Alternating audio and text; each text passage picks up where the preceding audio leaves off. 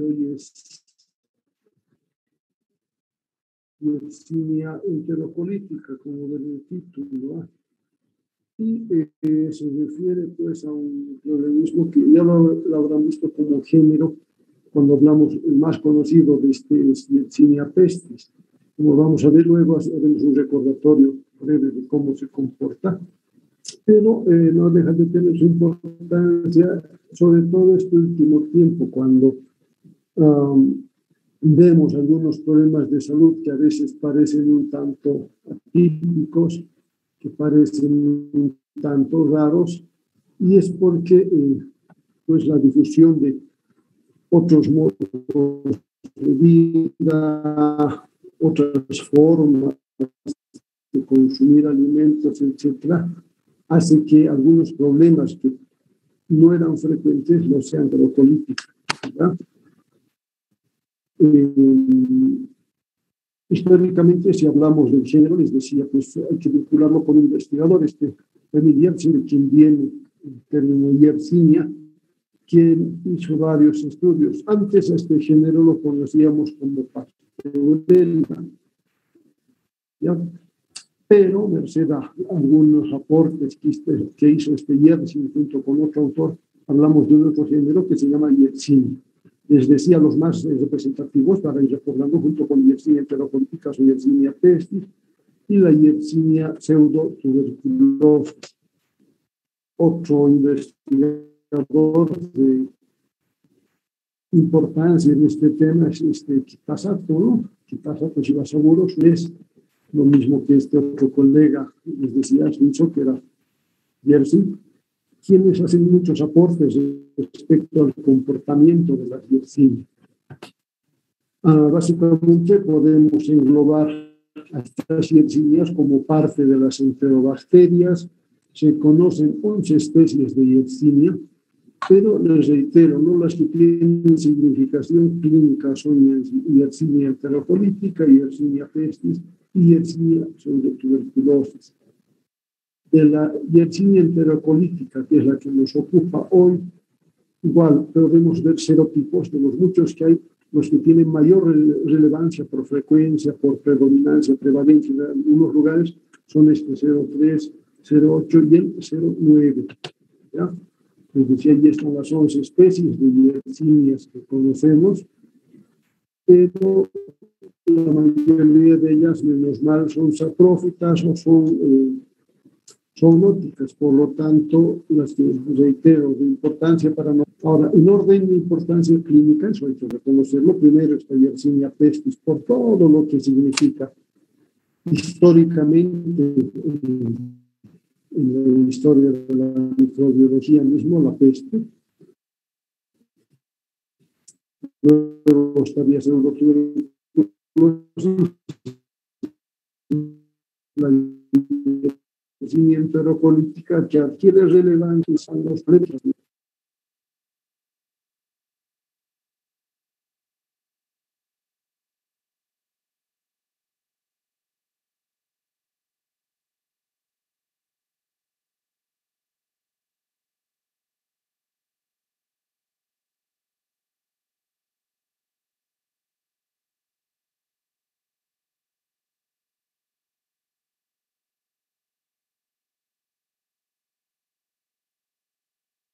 Doctor, su micrófono está apagado.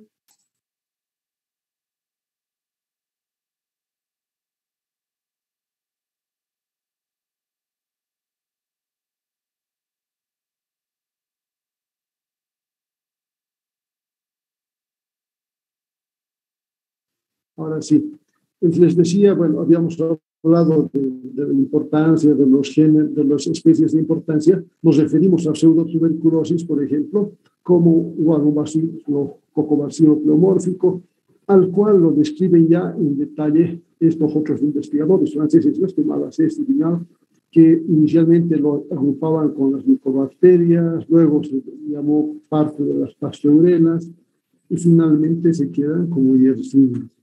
Hablamos de pseudotuberculosis. En esta especie hay dos antígenos B y W que tendrían mayor importancia para entender su comportamiento, igual que las otras Yersinias de desarrollo a 37 grados, en algunos medios como sangre agar nutritivo el agarmacón. ¿Ya? ¿Qué particularidad tiene? Como podemos ver en el gráfico, que básicamente sus colonias han de ser pequeñas y puntiformes. En cuanto a Yersinia pestis, podríamos hablar mucho, les decía, pero hay un tema específico que entiendo es parte del programa, solamente como recordatorio, ¿no? Igual otro poco bacilo pleomórfico que crece la otra especie, ¿no? Sangre agarmativo maconqui, también con colonias pequeñas. La importancia, les decía, de esta Yersinia pestis es su relación con las pandemias de peste que se han dado en siglos anteriores, ¿no? Se le conocía como la muerte negra o la peste bubónica por los problemas que producía. Y aquí recordar eso, ¿no? La importancia que tiene quienes, unos roedores como reservorios y unos insectos como los vectores, la pulga sobre todo, Xenophila keopis, que es quien transmite del reservorio al hombre el problema. En el hombre que vemos problemas a nivel de ganglios linfáticos con la formación de los bubones, la inflamación y luego la fisturización de estos problemas.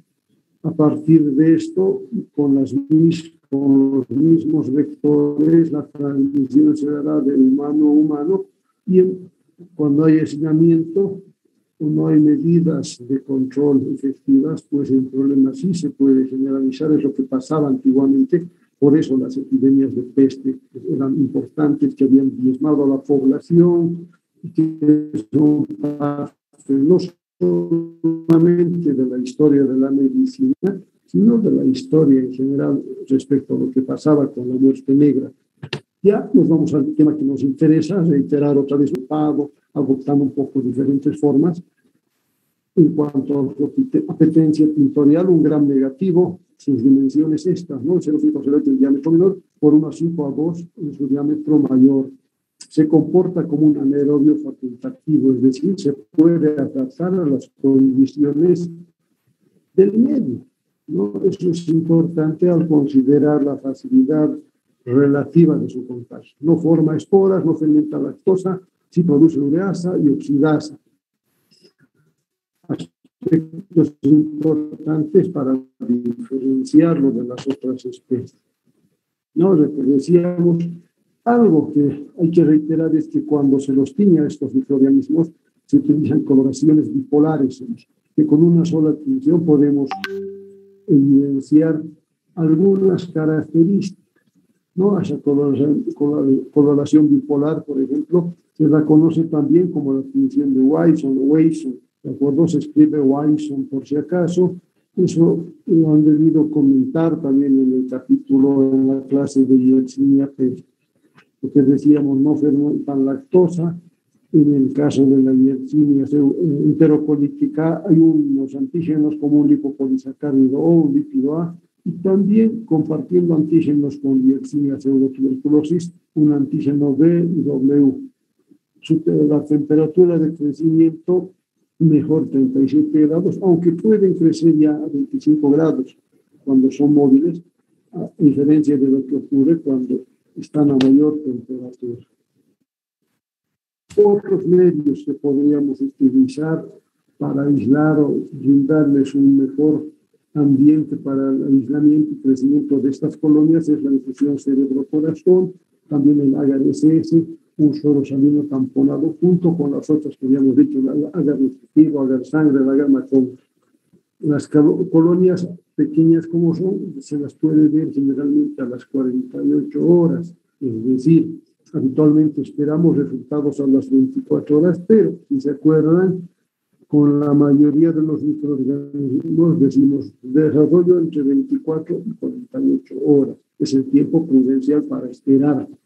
No desechar la idea de que pudiera tratarse de este microorganismo cuando hagamos un primer control a las 24 horas en que no haya un desarrollo aparente de colonia.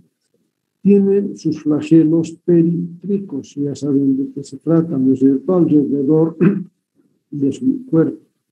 Algo importante a recordar con Yersinia enterocolítica es que pueden desarrollarse inclusive a 4 grados. ¿Qué significa esto?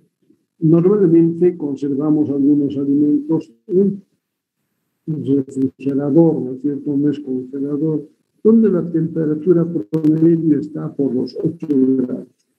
Y esto puede desarrollar a 4 grados y existen productos contaminados, pues en esos productos el microorganismo puede multiplicarse hasta alcanzar un número apreciable y ser origen de procesos infecciosos de los cuales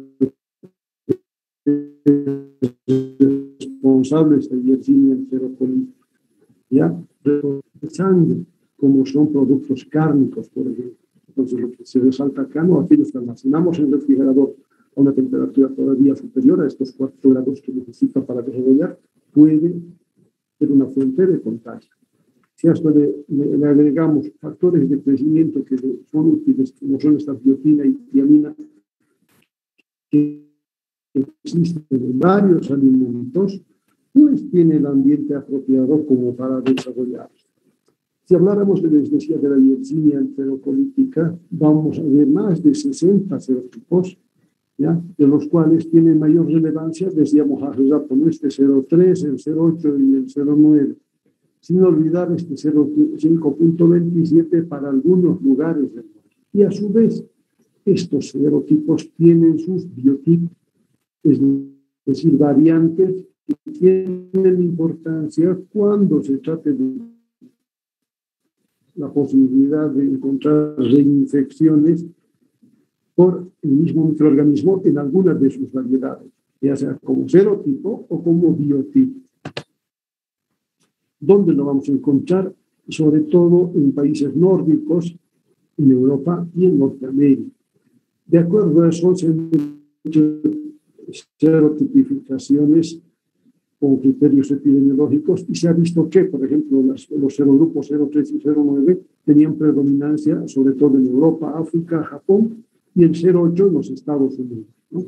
Decíamos hace rato que los 25 grados serían la temperatura óptima, pero puede desarrollar 37 grados con microorganismos ya no móviles o a 4 grados cuando hayan las condiciones apropiadas para su desarrollo.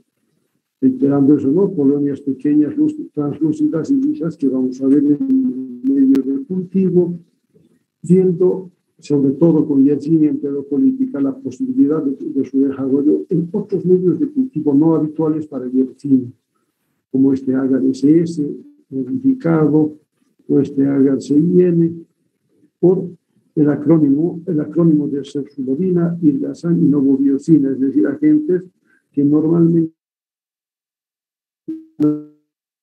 a inhibir a otros microorganismos, pero no a las Yersinias enterocolíticas. ¿Dónde vamos a reservorios naturales que han de ser algunos animales? Por lo tanto, estos productos que estén contaminados, como la leche no pasteurizada, costumbre algunas veces en los lugares donde se producen estos alimentos, pues uno tiene la tentación de consumirlos directamente, puede representar un riesgo. Lo mismo con los productos cárnicos, sobre todo relacionados con la carne de cerdo. Luego, aguas que no estén tratadas y algunos animales de granja, salvajes y de compañía que los tenemos alrededor, ¿no es cierto? Que eventualmente pueden funcionar como reservorios de problemas.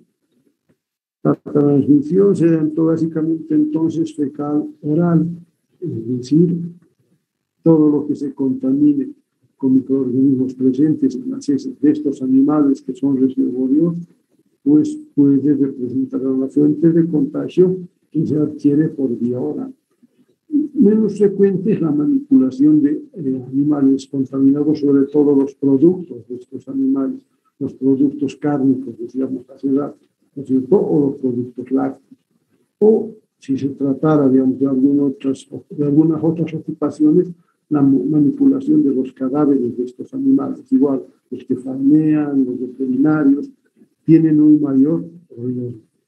Junto con ellos, decíamos, el consumo de alimentos contaminados, mucho menos frecuente la transfusión de sangre que podría ocurrir, ¿no? Recordar entonces que las infecciones por Yersinia, al tener como reservorio a varios tipos de animales, como hemos visto, pues las consideramos o las considerábamos más antes que ahora una zoonosis. Pero les decía, por estos cambios en los hábitos de vida, la infección en los humanos es cada vez más frecuente. Somos todavía hospederos accidentales, pero hay una relativa mayor frecuencia en el número de casos que se van reportando. Entre los criterios de su patogenia, recordar que necesitamos un buen número de estos microorganismos para producir la infección, entre 10 a la 8 y 10 a la 9 Yersinia. ¿Significará esto cuánto? Entre 100 a 1000 millones de Yersinia. Es una cantidad relativamente grande, pero si recordamos, por ejemplo, la facilidad que tienen de reproducirse en algunos productos, aún en las temperaturas de una conservadora de alimentos, de un refrigerador, ese número de microorganismos, si se puede, incubaciones de 1 a 10 días, con un promedio de 4 a 7 días, y lo que ocurre una vez que ingresan, que son ingeridos estos microorganismos, es un fenómeno de invasión, sobre todo de las células M en las placas de Peña. Eso permite, junto a algunos mecanismos que vamos a ver más adelante, su multiplicación facilitada en mucosa intestinal. ¿Qué pasa sobre todo, ¿no? Y algo que facilita su reproducción, su replicación en la mucosa, para evadir, para resistir la destrucción, mediada por la fagocitosis.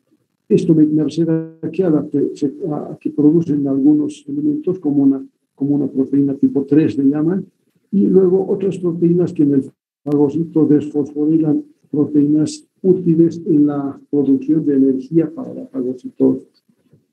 Ya aquí hay un esquema, por ejemplo, de la invasión de esas células M, ¿no? Podemos ver células epiteliales, la presencia de las hiercinas, que son fagocitadas una vez que están en contacto con las células, pero estos macrófagos van a tener problemas para fagocitar y más bien se van a inducir cambios en estos macrófagos, cambios en sus proteínas, los que van a inhibir la fagocitosis misma, inhiben la producción del factor de glucosis tumoral, que es importante como fenómeno de defensa. Por lo tanto, esto facilitará la diseminación, induciendo la apoptosis, la muerte de estos macrófagos, con la liberación de un mayor número de microorganismos que van a parasitar, van a invadir nuevas células epiteliales. De ahí la importancia de entender que estas Yersinias pueden escapar de los sistemas de defensa habituales, pueden ser mecanismos de adaptación, les decía, pues reproducirse más fácilmente que otros, ¿ya?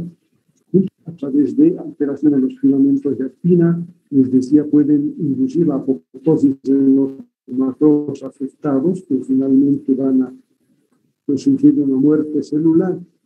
¿Esto de qué se acompaña? De fenómenos inflamatorios locales, y luego se traduce por la destrucción no solo de los macrófagos, sino de las células afectadas, por la producción de ulceraciones, la migración de leucocitos hacia estos lugares como parte del fenómeno inflamatorio, y estos mismos luego, en ese proceso de defensa, de ataque, etcétera, han de ser visibles en heces fecales.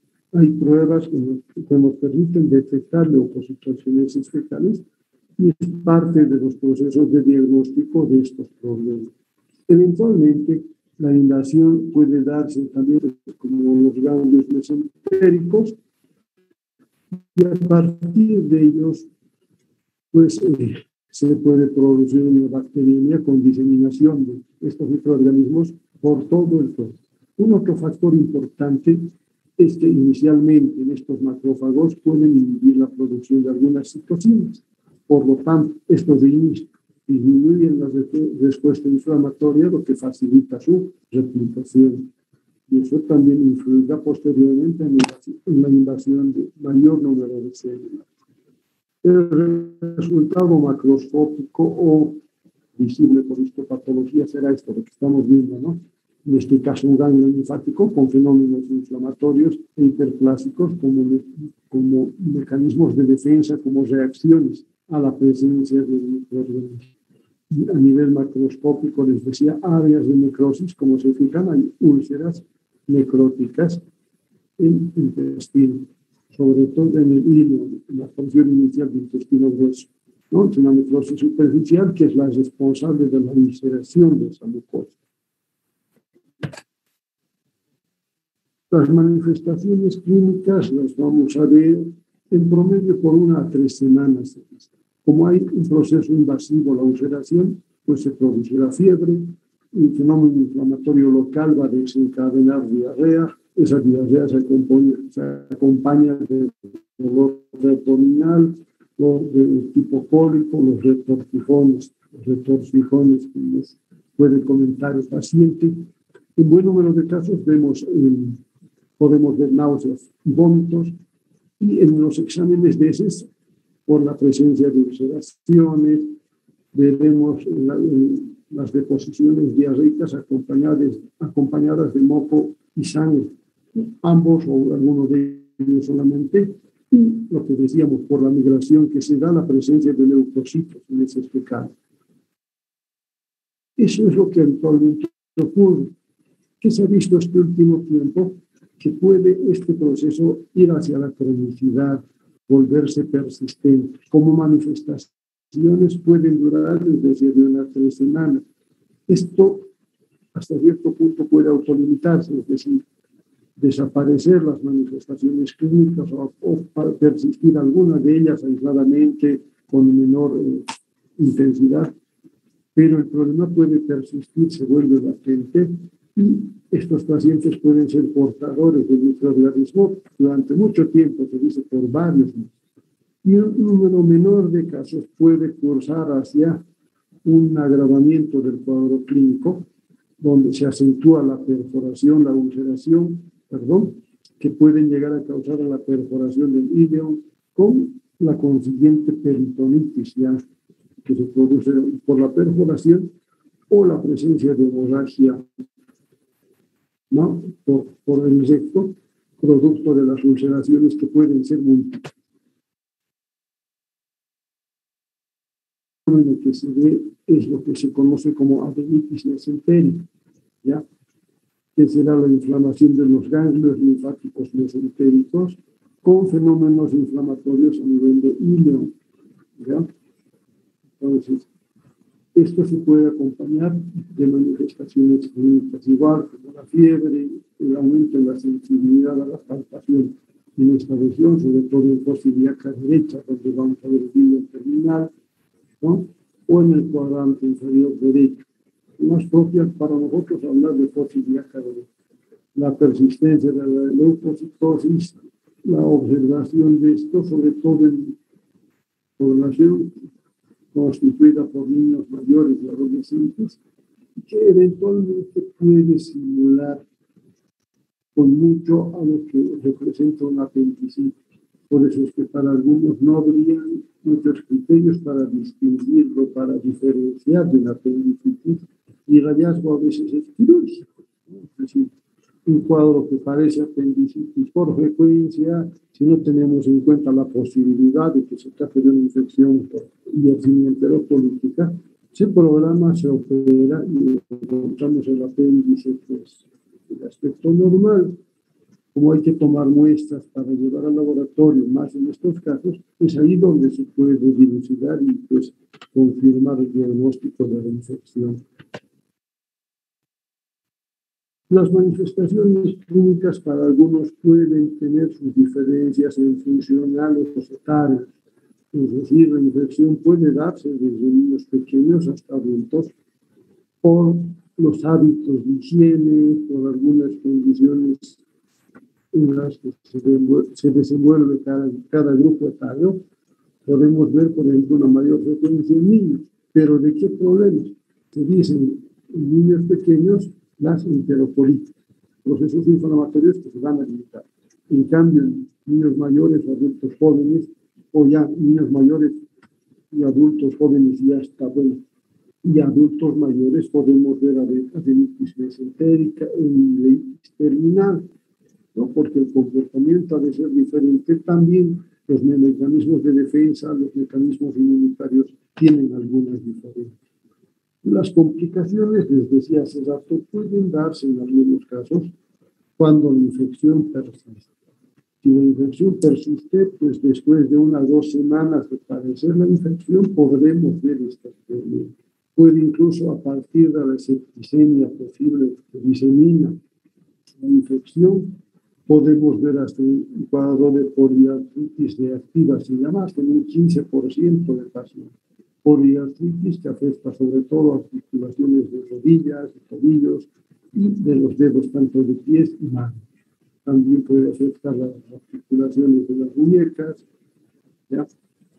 Y lo característico, llama la atención como para pensar en este problema, es que vemos un cuadro inflamatorio en 2 o más articulaciones, pero diferentes, ¿no? Lo que inicialmente, si fuera una sola, podemos pensar que se trata de un problema artrítico, pero cuando esto se presenta en 2 o más articulaciones, y habrá que pensar a veces en procesos infecciosos, ¿ya? En estos casos, las manifestaciones pueden persistir durante un tiempo mayor, no se autolimita, de 1 o 4 meses, dependiendo del tipo de pacientes, de las condiciones de cada paciente. No todos han de estar en las mismas condiciones inmunológicas, y por eso veremos, ¿no? Dice, un mes en 2 tercios de los pacientes, más de 4 meses, un tercio restante, ¿sí? Que eso dependerá de las condiciones de la inmunocompetencia de cada persona. Generalmente estos problemas, después de 1 año, se dice que ya se van limitando, van desapareciendo, aunque pueden haber secuelas de la infección cuando, reitero, dependiendo de las condiciones hasta nutricionales de cada paciente, pues pueden persistir algunas cosas, como este dolor en la parte baja, la sacroileitis, ya como un fenómeno de incluso de autoinmunidad. En otros casos mucho menores, pero bien aislados, no por eso hay que descartar el problema. Podemos ver problemas a distancia, como neumonías, sinusitis. Cuando esto ocurre, si a eso le sumamos que es un paciente inmunodeficiente, podremos ver hasta una mortalidad que es relativamente importante, ¿ya? ¿Qué se hace para el diagnóstico? Sobre todo recurrimos al cultivo, ¿no? En los medios que habíamos dicho, y que eventualmente se pueden utilizar formas de enriquecer esa muestra. ¿Cómo? Colocando la muestra o el frotis detectar en una solución salina con un pH establecido 7.6 durante 2 a 4 semanas, donde se espera que la mayoría de los microorganismos no sobrevivan, pero sí el enterófilo. Puede tardar, ¿no? Esto en casos en los que el diagnóstico no esté claro, les reitero, puede estimular hasta una apendicitis, es lo más común, pero hay otros cuadros, otros problemas que entran dentro del diagnóstico diferencial. Entonces, cuando esto no esté claro, es cuando tiene que procederse a medios como este, ¿no? El enriquecimiento con frío, como se le llama, recurriendo a esta modalidad. Otra forma es establecer el diagnóstico serológico. Al ser un microorganismo invasivo y generar sus reacciones inmunitarias, pues sí se pueden detectar anticuerpos anti-dioxina enterocolica. Entonces, en estos casos, servirá para apoyar nuestras sospechas diagnósticas. Tener en cuenta que pueden haber reacciones cruzadas con las otras especies de Yersinia, eso es importante, o con otras enterobacterias, como las que están mencionadas en el cuadro, vibrios, salmonelas, brucela. En estos casos, la clínica, los antecedentes epidemiológicos, ya que han de ser diferentes, ya se trata de vibrios, salmonela, brucela. Eso sumado a los datos que tengamos por pruebas serológicas o por el cultivo, pues nos permitirá establecer el diagnóstico de certeza. Para el tratamiento tenemos varias alternativas antibióticas, como pueden ver el cuadro, y tener en cuenta que en los casos de septicemia hay que hacer un tratamiento combinado, es decir, combinar las cefalosporinas de tercera generación con un antibiótico de otro grupo. ¿Qué procuramos con esto? Lo que se llama sinergismo de sumar efectos. Los mecanismos de acción son diferentes de las cefalosporinas en relación a aminoglucósidos o quinolonas. Entonces buscamos esto, ¿no? Sumar efectos para mejorar el resultado, para potencializar el efecto antimicrobiano. En cuanto a la epidemiología, les decía, es una infección cosmopolita distribuida por todo el mundo, sin recordar lo que decíamos hace rato, ¿no? La mayor prevalencia de los serotipos en ciertos lugares, ¿no? Este 03 en los Estados Unidos, sobre todo en Norteamérica. En cambio, en esta parte del mundo, en Europa veremos el 0309, en esta otra parte en Asia veremos el 08, como datos que eventualmente ayudan a entender un poquito mejor la parte epidemiológica de estos problemas.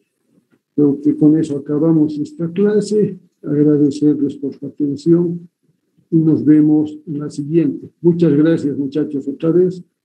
Nos vemos otro momento. Gracias, doctor. Hasta luego. Gracias, doctor. Hasta luego. Gracias, doctor. Hasta luego. Gracias, doctor. Hasta luego.